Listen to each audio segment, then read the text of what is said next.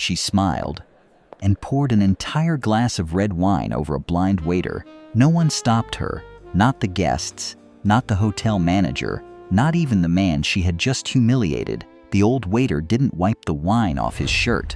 He didn't argue.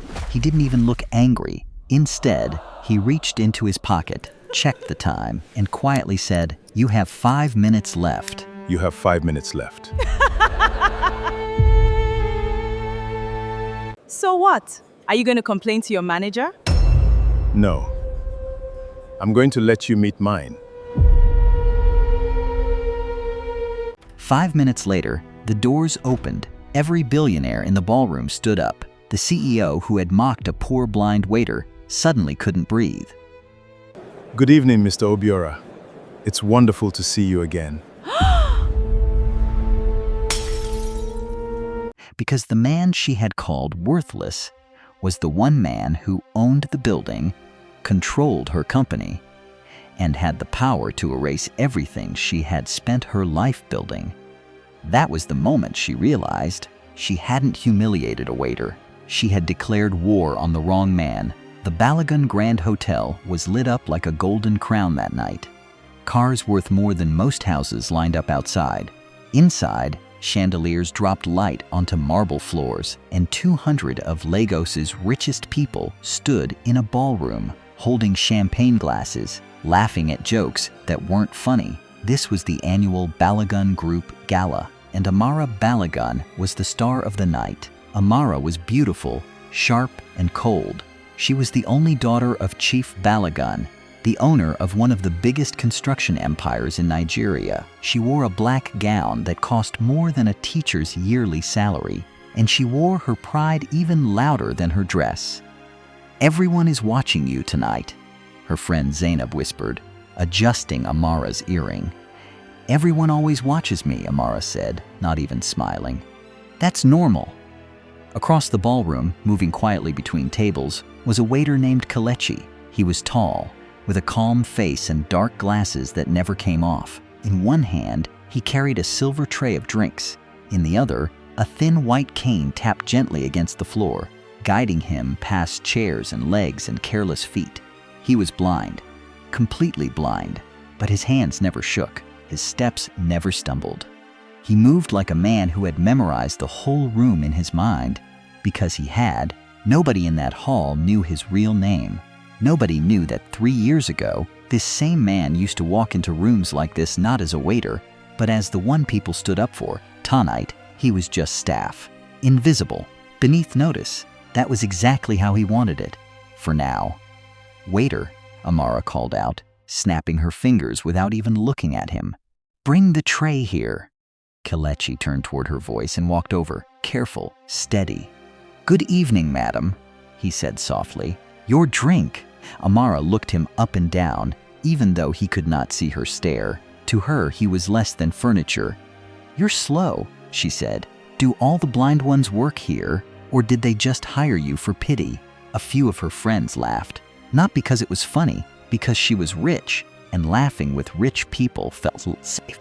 Kelechi didn't answer. He simply held the tray steady. "Take a glass, madam," he said. Amara picked one up. Then, with a smile that didn't reach her eyes, she said the words that would change everything. "Let's see if a blind man can catch what he can't see." She threw the wine. The dark red liquid hit his chest and soaked into his white uniform shirt, running down like a wound. Some guests gasped. Most just watched, silent, the way people watch when they know something wrong is happening, but don't want to be the one to stop it. Kelechi stood still. The tray in his hands did not shake. Not one glass fell. "You should say sorry to your shirt," Amara laughed, turning to her friends. "It ruined a nice night." Somewhere near the back of the hall, a young event coordinator named Ngozi dropped the folder she was holding. She was the one who had hired the catering staff that night. She was the one who knew, better than anyone in that room, exactly who this waiter really was. And she knew Amara Balagun had just made the worst mistake of her life. Ngozi Eze was not rich.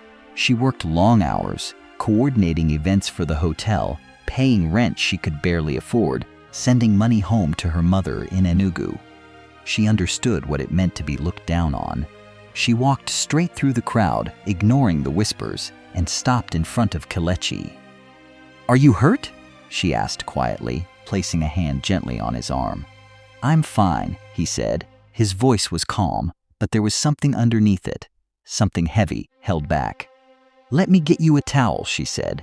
"Come with me." As she guided him toward the staff hallway, Amara's voice rang out behind them, cruel and amused. "Wow, even the poor girl feels sorry for the blind beggar. How touching!" Ngozi stopped walking. She turned around, her chest tight with anger. "He has a name," she said, loud enough for the whole ballroom to hear. "And he has more dignity than everyone standing in this room tonight." Silence fell for a moment. Then Amara rolled her eyes. "Cute speech," she said. "Go clean up your little charity project." Ngozi didn't answer her. She just turned and walked Kelechi away, her hand steady on his arm the whole way.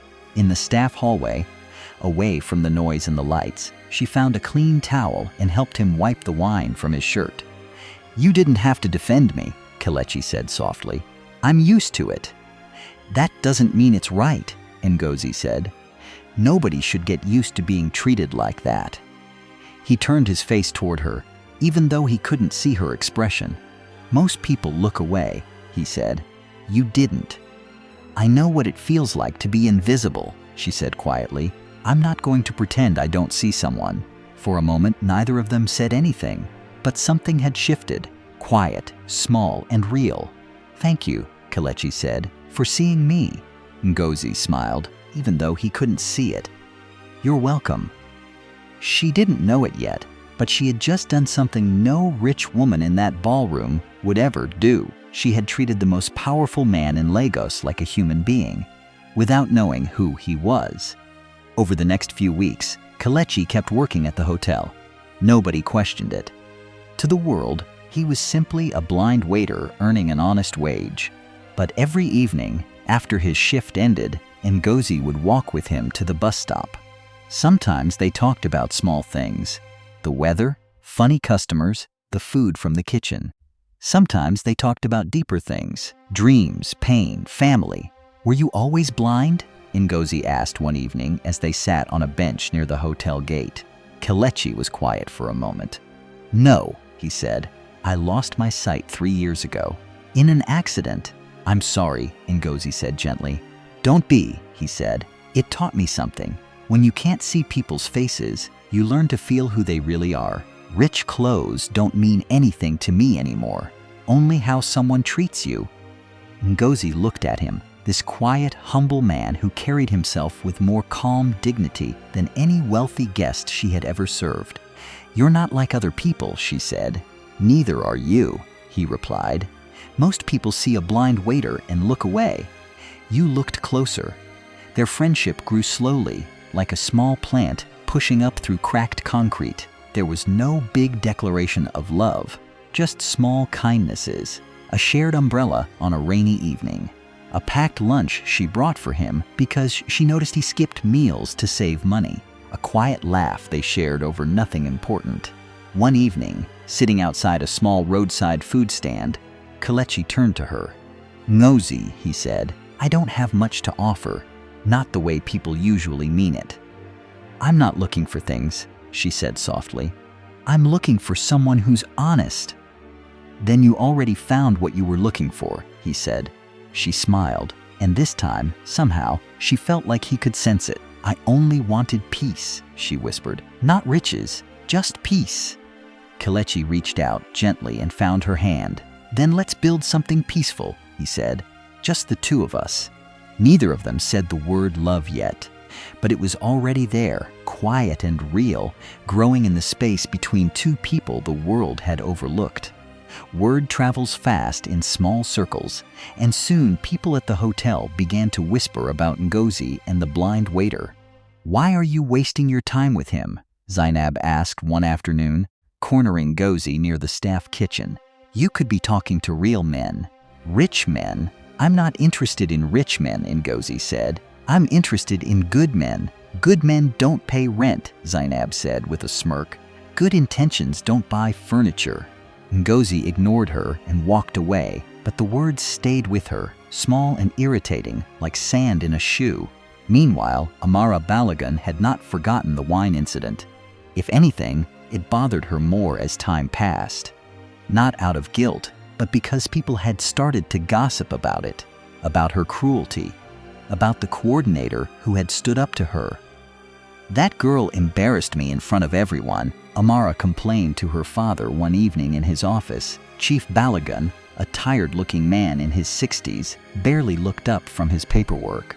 "Amara, you poured wine on a blind man. You embarrassed yourself. He shouldn't have been standing there," she snapped.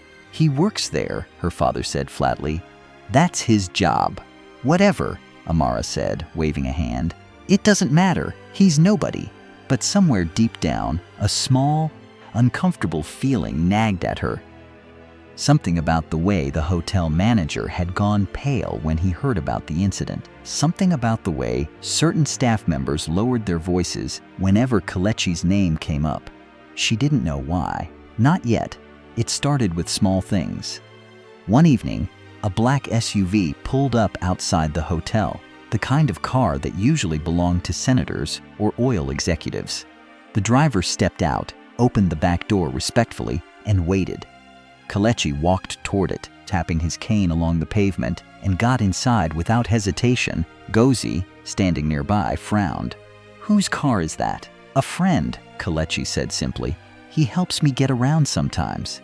She didn't ask more, but she noticed the driver called him Sir with a respect that seemed far too deep for a waiter's assistant. A few days later, during a supplier meeting at the hotel, one of the security guards suddenly stiffened when Kelechi walked past in the hallway. "Good evening, sir," the guard said, straightening his back like a soldier. Kelechi simply nodded and continued walking. Nosy, watching from a distance, felt a strange chill. Why would a security guard address a waiter with that kind of respect? Then there was the watch. She noticed it one evening while helping him with his jacket, a slim, elegant watch on his wrist, the kind she had once seen in a glass display case at the airport, priced higher than her entire year's salary. "Kelechi," she said carefully. "That watch, a gift," he said quickly, "from a long time ago." Before the accident, she didn't push further, but the questions were starting to pile up in her mind, quiet and persistent, like stones dropped one by one into still water. Meanwhile, deep in the business district, something was happening that nobody at the hotel knew about. Certain powerful men, bankers, contractors, government officials, had started asking careful, nervous questions about the Balagan Group's finances, about old debts, about old enemies, and one name kept appearing in whispered conversations behind closed doors. A name that had disappeared from Lagos's business world 3 years ago after a terrible accident that everyone assumed had destroyed him completely. The name was Kelechi Obi, once known, quietly and only among the most powerful people in the city, as the mafia king of Lagos's underground business empire. The man who controlled shipping routes, construction contracts, and secret deals that kept half the city's economy running in the shadows. Everyone believed he was gone, broken, blind and powerless after the accident that took his sight, and, they assumed, his empire. They were wrong. Chief Balagan's company was in trouble, though he hid it well. Years earlier, before his accident, Kelechi Obi had been a silent partner in several major deals with Balagan Group, deals that Chief Balagan had later betrayed, cutting Kelechi out after the accident, assuming a blind man could no longer protect his interests. Chief Balagan had taken contracts that were never his to take. He had signed away partnerships behind a blind man's back, certain that a man without sight could not see the betrayal happening right in front of him. He was wrong. Kelechi Obi had seen everything, not with his eyes, but through a network of loyal people who remained fiercely devoted to him even after the accident. Drivers, assistants, old business partners who owed him their lives, not just their fortunes. He had watched, quietly, patiently, as Chief Balagan built his empire on stolen foundations. And he had waited until the right moment, waited until he understood exactly who deserved to be protected and who deserved to fall. That right moment was coming closer every day. Despite the growing mystery, Ngozi's feelings for Kelechi only deepened. He was patient with her questions, gentle with her doubts, and every time the world tried to push them apart, he found a quiet way to pull them back together. One evening, sitting by the water near Lagos Lagoon, Kelechi turned to her. "Ngozi," he said, "there's a lot about me you don't know yet." "I know that," she said softly, "but I know what matters. I know you're kind. I know you're honest with me. That's enough for now." "It won't stay simple forever," he warned. "Nothing good ever does," she said, resting her head on his shoulder. He smiled, a small, tired smile. "I protected you when everyone turned away," he said quietly, almost to himself. "I won't let anything hurt you, not even my own past." "What does that mean?" she asked. "It means," he said, "soon you're going to find out exactly who I am. And I need you to remember, I'm still the same man who sat with you at that food stand. Nothing about that will change." Ngozi felt a small knot of fear form in her chest, but she pushed it down. "I trust you," she whispered. She didn't know yet how much that trust was about to be tested. Weeks later, the Balagan Group hosted another grand event. This time, a business dinner meant to secure a massive new construction contract with foreign investors. Every important name in Lagos business was there, and, once again, Kelechi was working as a waiter that night.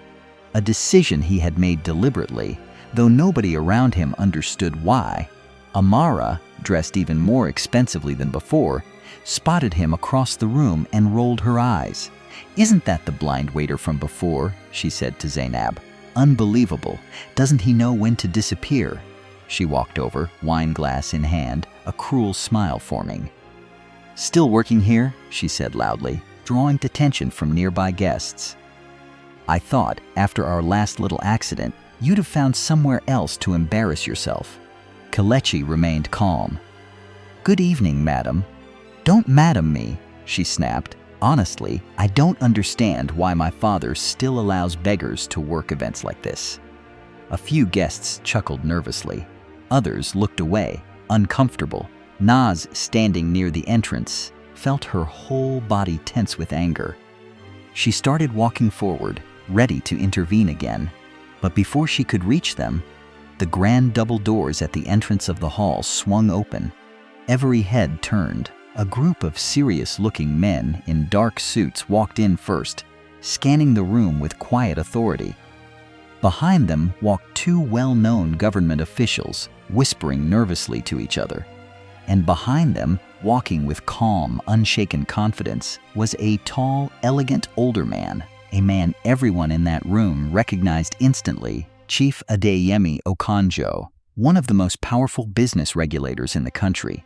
A man who could destroy a company's contracts with a single signature. He walked straight through the crowd, past confused guests, past Chief Balagan himself, and stopped directly in front of Kelechi. He bowed his head slightly.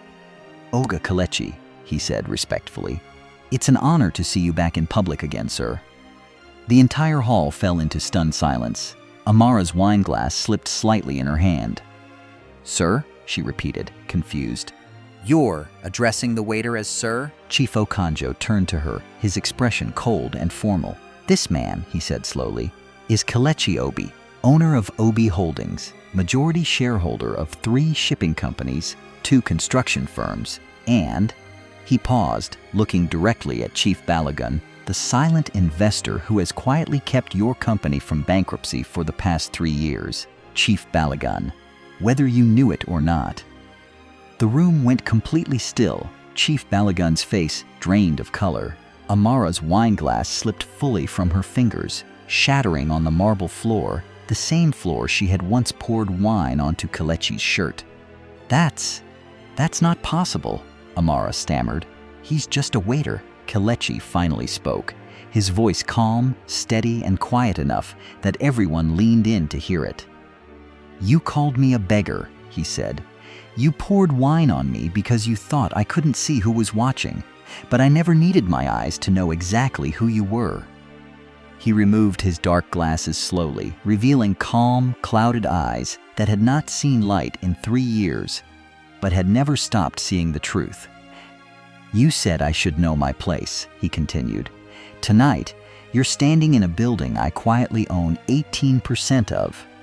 You're eating food paid for with a contract your father signed using my capital. You mocked a blind man in a room he built the foundation for." Amara's mouth opened, but no words came out. "Money changes people," Kelechi said softly, "but it never changed me. I was rich once with my sight. I lost my sight and I stayed exactly the same man. The only difference tonight is that now you finally see who I really am." Chief Balagan rushed forward, panic clear on his face. "Kelechi, please, let's talk privately. This can all be explained." "You had 3 years to explain," Kelechi said, his voice hardening slightly. "Instead, you erased my name from every contract. You told your partners I had died in the accident. You built your empire on my silence." "I didn't think you'd survive," Balagan admitted, his voice shaking. You thought a blind man was finished." Kelechi finished for him. "You thought wrong." Amara, still frozen near the shattered wine glass, finally found her voice. "I didn't know," she whispered. "I didn't know who you were." "That's exactly the problem," Kelechi said, turning toward her voice. "You didn't need to know who I was to treat me with basic respect. You just needed to be a decent human being. You failed that test long before you ever knew my name." Ngozi stood near the back of the hall, watching everything unfold, her heart pounding. The man she had fallen in love with, the gentle, humble waiter who shared his lunch and held her hand at bus stops, was one of the most powerful men in the country. She felt a wave of confusion crash over her. Betrayal, fear, disbelief. He turned toward her voice among the crowd. "Ngozi," he said softly. She didn't answer. She simply turned and walked out of the hall, her eyes filling with tears she refused to let fall in front of that crowd. Kelechi found her later that night, sitting alone on the same bench near the hotel gate where they used to talk after her shifts ended. "You lied to me," she said quietly, not looking at him as he approached. "I never lied," he said gently, sitting beside her. "I just didn't tell you everything yet." "That's the same thing," she snapped, finally turning to face him, her eyes red from crying. "Do you know how small I felt tonight? Standing there, realizing the man I've been falling for has a whole empire I knew nothing about." "I was going to tell you," he said. "I was waiting for the right time." "When?" she demanded. "After we got married? After I had children with a man I don't even really know?" Kelechi was quiet for a long moment. "After the accident," he said finally, "I lost more than my sight. I lost people who only loved me for my money, business partners who disappeared the moment I couldn't sign checks anymore, even people I called family." His voice grew softer. "When I met you, for the first time in 3 years, someone treated me like a person, not a wallet, not a name, not a business card. I was afraid that if you knew who I really was, that would disappear." Ngozi wiped her eyes, her anger slowly softening into something more complicated. "So this whole time," she said, "I was some kind of test?" "No," he said firmly, taking her hand. "You were never a test. You were the first real thing in my life after everything fell apart. I was the one being tested, to see if I still remembered how to love someone without my money attached to it." "And did you?" she whispered. "Every single day I spent with you," he said. "I remembered exactly who I wanted to be. Not the mafia king, not the businessman everyone feared. Just Kelechi, the man who sat with you at a food stand and felt happy for the first time in years." Ngozi looked at him for a long moment, torn between hurt and love. "I need time," she said finally. "Take all the time you need," he said. "I've waited 3 years to find you. I can wait a little longer for you to trust me again." In the days that followed, the Balagan family's world began to collapse under the weight of their own choices. Chief Balagan's business partners, hearing of Kelechi's true identity, began pulling out of deals, terrified of being associated with a man who had betrayed the most powerful silent investor in the city. Contracts fell apart. Banks grew nervous. The empire, built partly on stolen foundations, began to crack. Amara, once the center of every party, found herself increasingly isolated. Friends, who once laughed at her jokes, now avoided her calls. The story of the wine incident spread through Lagos's social circles like wildfire, twisted and retold until she became known not as the glamorous CEO's daughter, but as the woman who publicly humiliated the mafia king. "You ruined us," Chief Balagan said to his daughter one evening, his voice heavy with exhaustion.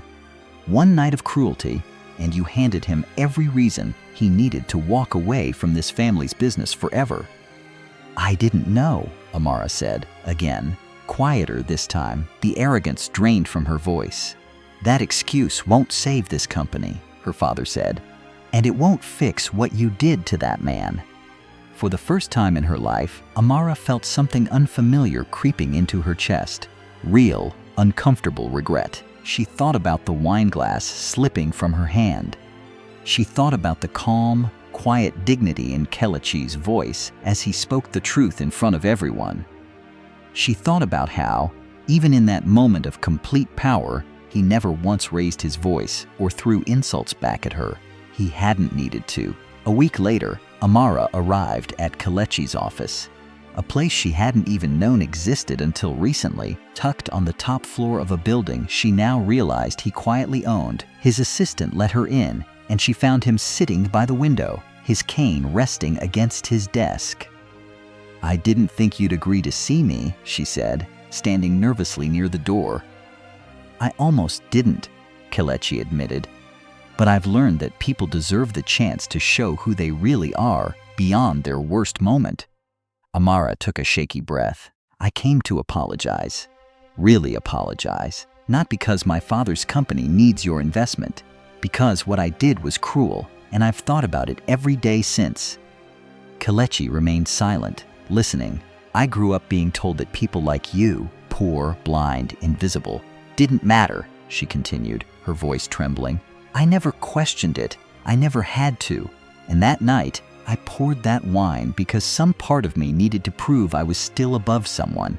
I'm ashamed of that now." "Why now?" Kelechi asked quietly. "Why the change of heart?" "Because I watched you stand there and take my cruelty without breaking," she said. "And I realized that, despite everything I threw at you, you never lost your dignity." "I lost mine the moment I threw that glass." Kelechi was quiet for a long moment. "I forgive you," he said finally. Amara looked up, surprised. "Just like that? Holding on to anger doesn't hurt you," he said. "It hurts me. I've spent 3 years rebuilding myself after losing everything. I won't spend another moment carrying hatred for someone who's finally learned a lesson." "What about my father's company?" she asked cautiously. "Your father made choices that betrayed trust," Kelechi said. "That's between him and me, and it will be handled fairly. Not out of revenge, but out of consequence. Every action has a price. But you," he added, "you get to decide who you become next. That part is entirely yours." Amara left his office that day different from the woman who had walked in, quieter, humbler, and, for the first time, genuinely thoughtful about the kind of person she wanted to be. Gozi took 2 weeks before she called Kelechi again. When she finally did, she asked him to meet her at the same small food stand where they'd shared their first real conversation. He arrived, tapping his cane along the familiar path, and found her already sitting at their usual table. "I've been thinking," she said as he sat down, "about everything, about what real love means." "And what did you decide?" he asked carefully. "I decided that loving someone means choosing to see them clearly," she said. "Not their money, not their power, not even their secrets. Just them. And the man I fell in love with at this food stand, kind, patient, humble, that man is still exactly who you are, even with an empire attached to his name." Kelechi reached across the table and found her hand. "I should have told you sooner," he said. "I was wrong to let fear keep secrets between us. And I should have trusted that the man I already knew wouldn't change just because I learned more about him, she said. We both made mistakes. Can we start again? He asked. Not from the beginning. I don't want to forget any of the moments that got us here, but from this point forward with everything out in the open. Ngozi smiled, squeezing his hand gently.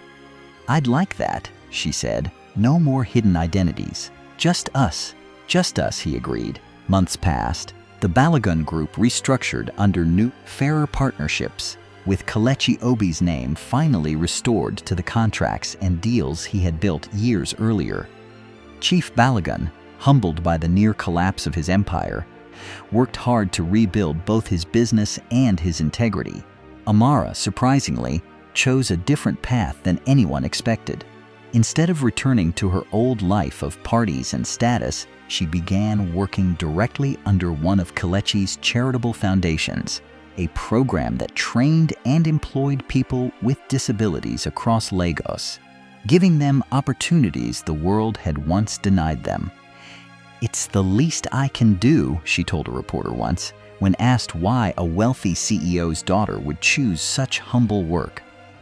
I learned the hard way that dignity isn't something you're born with because of your bank account. It's something you choose to give, and something you can lose in a single cruel moment.